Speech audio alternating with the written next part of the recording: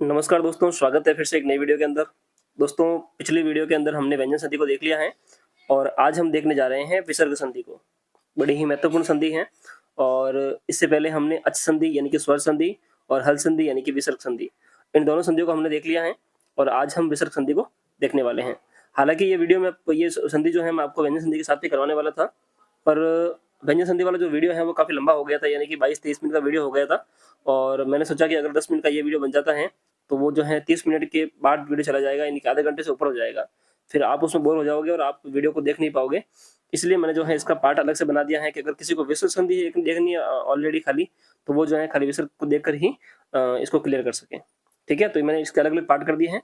अच का अलग पार्ट है यानी कि स्वर संधि का अलग पार्ट है, व्यंजन का अलग पार्ट है और एक विसर्ग का मैंने अलग से पार्ट कर दिया है। 5-7 मिनट का वीडियो होगा और आपका कंसेप्ट यहाँ से क्लियर हो जाएगा। ठीक है, चलिए शुरू करते हैं विसर्ग संधि को। बड़ी ही शानदार संधि है, मात्र 2-3 उदाहरणों के अंदर आपके ये क्लियर हो जाएगी। तो आपको ये वीडियो बिना स्किप किए पूरा देखना है। छोटा सा वीडियो होगा और आपका कंसेप्ट बिल्कुल क्लियर हो जाएगा। कैसा भी प्रश्न आएगा आप आराम से उसको सॉल्व कर पाओगे। ठीक है, बात करें हम विसर्ग संधि की, तो विसर्ग संधि के अंदर पहला सूत्र आता है दोस्तों, वो आता है सस जुसोरु सस जुसोरु। ठीक है, ये क्या कहता है दोस्तों, ये कहता है कि स और सजुस शब्द, स और सजुस शब्द कौन से, यानी कि स से तो हो गया सकार यानी कि स सड़क वाला, और सजुस से हो गया ये षटकोण वाला। ये कह रहा है कि स और स ये दोनों स अगर आ जाए तो उसका जो है रुत्व कार्य होकर वो रू हो जाएगा और रू को हो जाएगा र। समझ गए, यानी कि स और स के स्थान पर रू हो जाएगा और रू को जो है वो हम र आदेश हो जाएगा। ठीक है, क्लियर।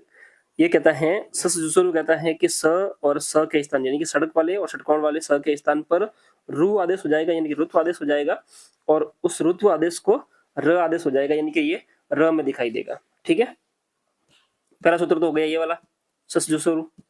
दूसरा सूत्र दोस्तों यहाँ पर आ गया अपने, वो आ गया खर अवसानयो विसर्जन्य, खर अवसानयो विसर्जन्य। ठीक है, ये क्या कहता है कि जो आपने ये र किया है ना, अगर आपको वहां पर र मिले तो र को जो है विसर्ग हो जाएगा। क्या हो जाएगा, र के स्थान पर विसर्ग हो जाएगा। आगे अगर आपको खर वर्ण मिले, क्या मिले, खर वर्ण, और खर वर्ण में कौन कौन से आते हैं, तो खर वर्ण में आता है वर्ग का पहला, वर्ग का दूसरा, स श और स, यानी कि सलगम वाला, षटकोण वाला और सड़क वाला। ये तीनों अगर आपको मिले और अब वर्ग का पहला और वर्ग का दूसरा वर्ण ये अगर आपको मिले तो यहाँ पर र को जो है विसर्ग हो जाएगा। क्लियर। तीसरा सूत्र है वो है विसर्जन्य, विसर्जन्यस्य स, विसर्जन्यस्य स। ये क्या कहता है, ये कहता है कि विसर्ग के स्थान पर स आदेश हो जाएगा। क्या हो जाएगा, विसर्ग के स्थान पर स आदेश हो जाएगा। स कौन सा, तो स सड़क वाला आदेश हो जाएगा विसर्ग के स्थान पर। वो कैसे हो जाएगा, तो वो हो जाएगा खर वर्ण आगे रहने पर। खर वर्ण कौन से, तो वही वर्ग का पहला, वर्ग का दूसरा, श श और स। ये वर्ण अगर आगे रहते हैं विसर्ग से तो यहाँ पर विसर्ग को जो है स आदेश हो जाएगा। ठीक है, अब देख लीजिए आगे किस प्रकार से है। कहा गया है कि स और सजुस शब्द का स यानी कि स तो ये हो गया सड़क वाला, और सजुस शब्द का श यानी कि षटकोण वाला स, इसके स्थान पर रुत्व कार्य यानी कि र हो जाता है। रुत्व में शेष र बचता है। मैंने बताया आपको ऊपर, यहाँ पर रुत्व में जो सिर्फ और सिर्फ र शेष बचता है, यहाँ पर रुत्व में सिर्फ र है वो शेष बचता है। ठीक है, दूसरा यहाँ पर कहा गया है कि र के स्थान पर विसर्ग हो जाता है, जो र है उसके स्थान पर विसर्ग हो जाएगा। खर वर्ण परे रहते यानी कि खर वर्ण आगे रहते, खर वर्ण वही वर्ग का पहला, वर्ग का दूसरा, श श और स। ठीक है, अगर ये प्रक्रिया रही तो र के स्थान पर जो है विसर्ग हो जाएगा। यहाँ पर आपने देखा खर अवसानयो विसर्ग में, विसर्जन्य में, तो खर अवसानयो विसर्जन्य कहता है कि र के स्थान पर विसर्ग हो जाएगा अगर आगे आपके खर वर्ण रहे तो। अब विसर्जन्य कहता है कि विसर्ग के स्थान पर स हो जाएगा, जो विसर्ग है उससे स्थान पर स हो जाएगा। कब हो जाएगा, तो खर वर्ण बाद में रहने पर। खर वर्ण वही वर्ग का पहला, वर्ग का दूसरा, श श और स। अगर ये प्रक्रिया रहती है तो इस प्रकार से यहाँ पर विसर्ग के स्थान पर स हो जाएगा। आइए देखते हैं इसके उदाहरण एक एक करके, उदाहरण से आपको जो है क्लियरली समझ में आ जाएगा। यहाँ पर देखिए आप, विष्णु प्लस त्राता, तो यहाँ पर जो विसर्ग है ना उसके स्थान पर यह स हो गया।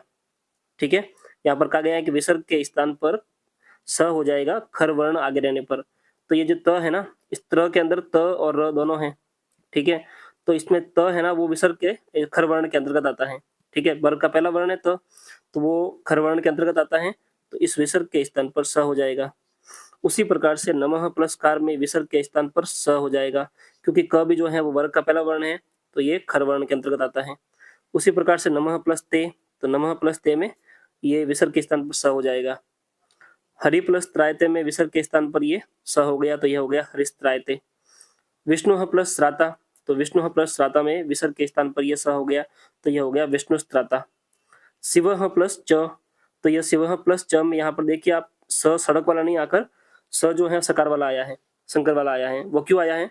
तो यहाँ पर जो है कुछ प्रक्रिया हुई है और उस प्रक्रिया के हिसाब से यहाँ पर इष्टुत्व संधि हुई है, वो व्यंजन संधि वाली। ठीक है, पहले यहाँ पर हुआ है, आप देखेंगे तो शिव प्लस च, ये प्रक्रिया थी।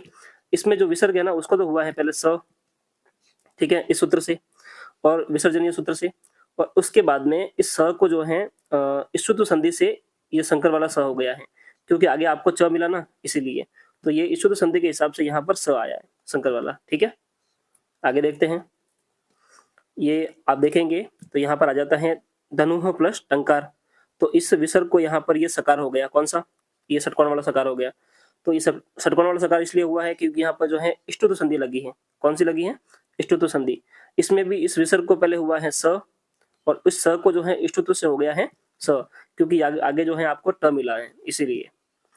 अब आगे इसमें भी चतुः प्लस टीका में भी इसी प्रकार से ये स हो गया सकार वाला। कह प्लस चित्त में भी ये कश्चित हो गया, सकार वाला स हो गया। पुनः प्लस च में ये पुनः च हो गया उसी इष्टुत्व संधि से, और हरि प्लस चंद्र में हरिश्चंद्र हो गया इष्टुत्व संधि से। तो इस प्रकार से आपके ये विसर्ग संधि है, उसमें इस प्रकार से प्रक्रियाएं होती हैं, और इस प्रकार से जो है आपको इन उदाहरणों को ध्यान में रखना है। तो यहाँ पर जो है अपनी विसर्ग संधि कंप्लीट हो जाती है। इसके अलावा विसर्ग संधि के और भी कई सारे उदाहरण हैं, जैसे रोरी हो गया, अतो प्लुताद प्लुते हो गया, ठीक है, ड्रलो पे पूर्व से दीर्घोण हो गया। बाकी वो अपने प्रक्रियागत काम के नहीं है, सिर्फ आपको इन्हीं चीजों को ध्यान में रखना है, और रेट के हिसाब से इतना ही आपके लिए काफी है। तो बाकी आपको प्रक्रिया में फंसने की जरूरत नहीं है, उतना आप पढ़ेंगे तो आपके काम का नहीं है, बाकी इतना आप पढ़ लेंगे तो आपके आराम से प्रश्न सही हो जाएंगे। तो ये थी अपनी विसर्ग संधि, और इसके साथ में अपना संधि प्रकरण पूरा हो जाता है। कल के वीडियो में हम देखेंगे समास के बारे में। तो अगर आपने अभी तक पिछली वीडियो नहीं देखी है तो जाकर आप प्लेलिस्ट देख सकते हैं, और मिलते हैं अगले वीडियो में समास के साथ। तब तक के लिए जय हिंद, वंदे मातरम।